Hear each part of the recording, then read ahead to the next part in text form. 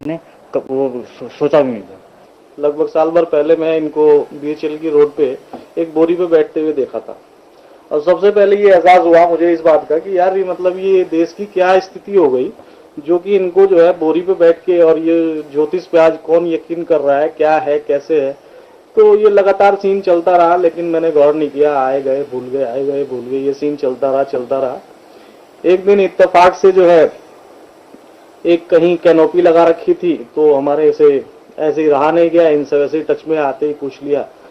तो इन्होंने कहा कि भाई साहब हाथ की उंगलियां देखने के बाद कि क्या स्टोन पहना है क्या नहीं। तो मैंने कहा जी बस ऐसे ही पहन लिया। किसी ने कहा, जो भी क्वेश्चन इन्होंने करना था किया। तो इन्होंने बस एक ही चीज मेरे से कही कि यार अगर आप कर सकते हो तो एक काम कर लो, ये फिंगर्स की जो अंगूठियां हैं इसको थोड़ा सा जो है डाइवर्ट कर दो, दाएं बाएं कर दो, जिसमें मैं कह रहा हूं उसमें पहनो आप।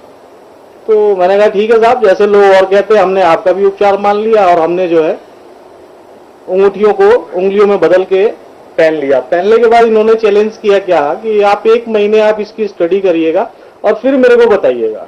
ठीक, 1 महीने 1 सवा महीने बाद आदमी इतना फोकस तो नहीं कर पाता कि कांस्टेंट 30 दिन ही देखेगा, लेकिन हाँ 1 डेढ़ महीने के अंदर मुझे कुछ अपने आप में चेंज जो महसूस हुआ, जो कि मेरे को जो काम में प्रॉब्लम्स आती थी, रूटीन नेटवर्क टूट जाना, काम के प्रति कंसंट्रेशन नहीं बन पाना, तो उसमें मुझे कुछ चेंज लगा। चेंज लगने के बाद जो है मुझे कुछ बेनिफिट हुआ। बेनिफिट होने के बाद फिर तो मैंने इनको ढूंढना शुरू कर दिया।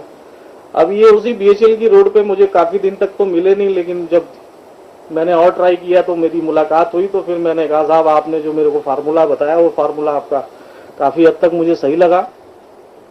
फिर मैंने इनसे पर्सनली एडवाइस ली, इनके पास बैठा, मेरे पास मेरी दुकान पे आए और इन्होंने जो मुझे फार्मूले दिए उस फार्मूले का नतीजा ये रहा कि पिछले 9 महीने के अंदर मैंने तो 2 प्रॉपर्टी खरीदी है भाई साहब, शहर की अच्छी अच्छी जगह पे, जो कि मैं कभी लाइफ में फिलहाल इस टाइम तो नहीं सोच सकता था कि मैं 1 गज टुकड़ा भी ले पाऊंगा। उसके बाद मैंने एक बड़ी गाड़ी भी खरीदी। इस युवक का कहना है कि ज्योतिष को लोग ढोंगी कहते हैं, पर ये ज्योतिष ढोंगी नहीं बल्कि असलियत में विश्वास रखते हैं। पंडित ललित कुमार ने भी लोगों को संदेश दिया कि संसार में ईश्वर और प्रकृति एक साथ है। प्रकृति की गोद में कई रत्न और जड़ी बूटियां छिपी है, जरूरत है तो सिर्फ उन्हें पहचानने की।